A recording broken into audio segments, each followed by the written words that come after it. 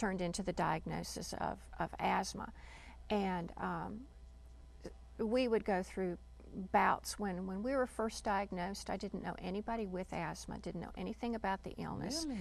And I thought it was like the old advertisements that you used to see on television about the person who would have asthma at night. They'd take their inhaler. Yeah, that little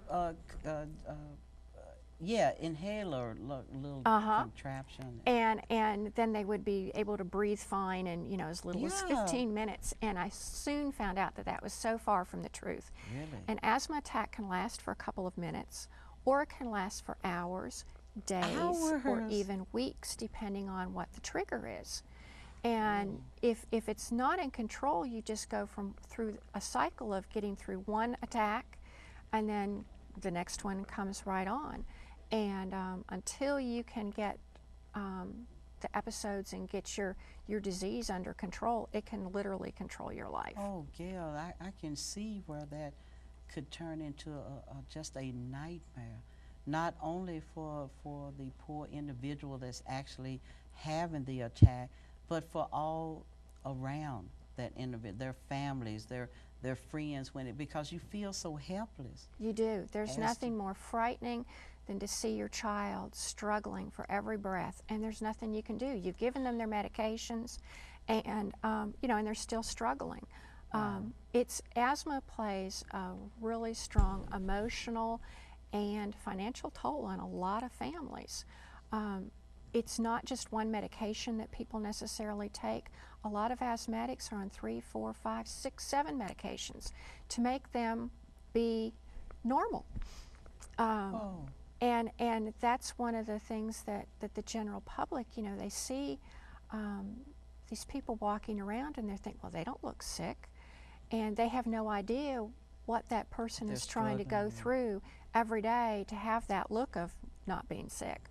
Well, the American Lung Association, what kind of programs do they have for asthma? We have a lot of different programs that we provide for asthmatics. One of the things we have is a program called Open Airways for Schools. It's a program that's geared toward elementary age school children that teaches the child specifically how to handle their own individual case of asthma.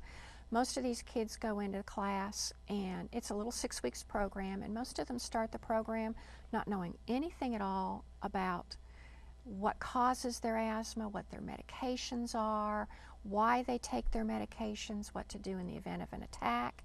And by the time they're done, they know what their medications are, why they take them, what their triggers are, what to do in the event of an attack, and really it empowers them to be able to handle it a lot better. We also have a lot of Asthma 101 programs that are geared for the asthmatic, for school teachers, for your coaches, anybody that would be interested, daycare centers, that type of thing. Plus we have a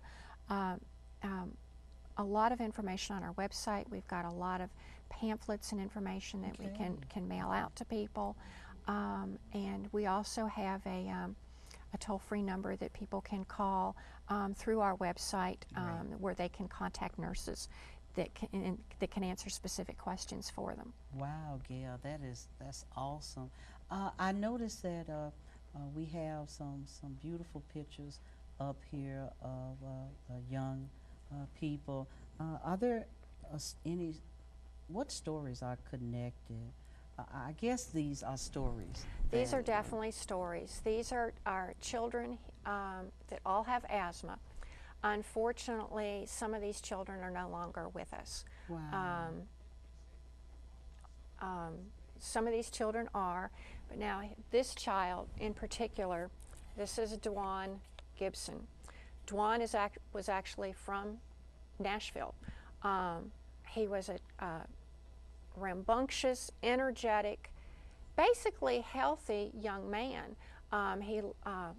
His family lives over in Antioch, and he went to Apollo Middle School, and he was outside working one day with his dad. His dad has a lawn care business, and Dwan was helping his father, and told his dad, Dad, I'm not feeling good. He went to their truck and took his inhaler, and did exactly what he should be doing, and went back and helped his dad for a few more minutes and said, "Dad, I'm really not feeling good. I need to go home." So he went back to the truck. He took his inhaler again. His dad took him home.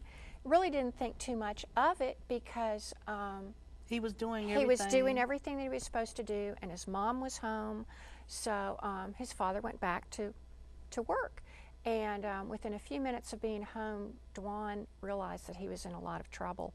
Wow. His mother called 911. She called his dad back, and within minutes, he was struggling for every breath he could get.